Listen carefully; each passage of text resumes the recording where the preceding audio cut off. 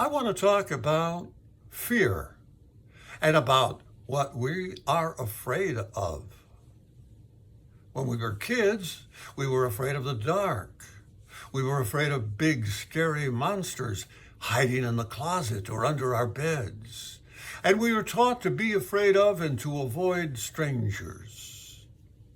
It hasn't changed much. We're still afraid of the dark, the unknown, what we can't see, like dangerous viruses. We're still afraid of big bad monsters, like Russia and China. And we're told to be untrusting of and afraid of strangers, people who come across our borders, people who look different from us, who speak a different language from us. And because of these fears and our anxieties, we are nervous, suspicious, on edge, and unhappy much of the time. Fear is a fundamental aspect of human nature. It can serve as an important protective mechanism against personal harm. And this is good. But it can also be a formidable barrier to working with people, finding solutions to social problems, or achieving international cooperation. What are the different kinds of fears? Well, there are biological fears, which serve as a survival instinct. They are what keep us away from potentially harmful situations, like avoiding grizzly bears or a hurricane. There are psychological fears that arise from past experiences, conditioning, or anticipation of negative outcomes. They often are manifest in fears of failure, rejection, or uncertainty.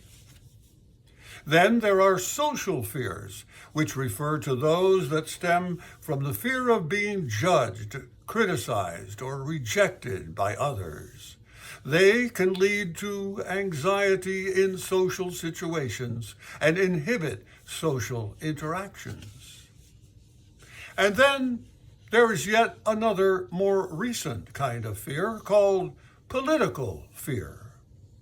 This occurs when anxiety about losing a position of power or influence takes precedence over speaking the truth or being willing to compromise with your antagonist. So, how should we deal with our fears? The first step to dealing with fear is to understand its root cause. Is it based on fact? Is it imagined? Is it the result of some irrational false belief? Or is it simply due to the uncertainties about the future? Denying fear is not enough.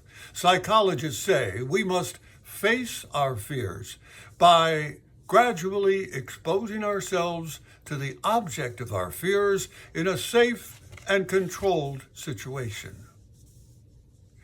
Fear can arise from being bombarded by our friends or the media with negative talk and false facts. Ask yourself if what you are hearing are opinions, assumptions, distortions of the truth, or verifiable facts. It's okay to have different views about things or about people, but it doesn't necessarily mean that they're true. Did the Holocaust really happen? Yes, it did. Did the United States land men on the moon in 1968? We sure did. And did President George H.W. Bush sign the Americans with Disabilities Act on July 26, 1990? You bet. I choose to believe that lighting one candle can dispel the dark. That most monsters, as in the Phantom of the Opera, are mostly misunderstood.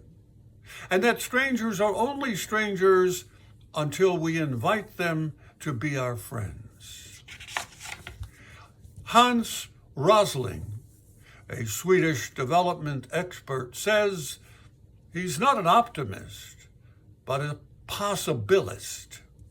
In other words, he says, better outcomes are possible if we work to achieve them. Ultimately, the best way to overcome fear is to take action against it. Courage is not the absence of fear, but the ability to act in spite of it. Overcoming fear is a journey that requires patience, persistence, and self-compassion.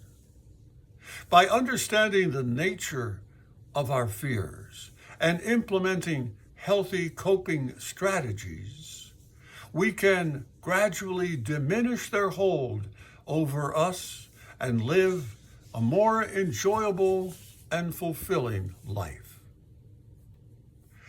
And that's how I see it. I'm Larry Johnson. Until next month, stay well.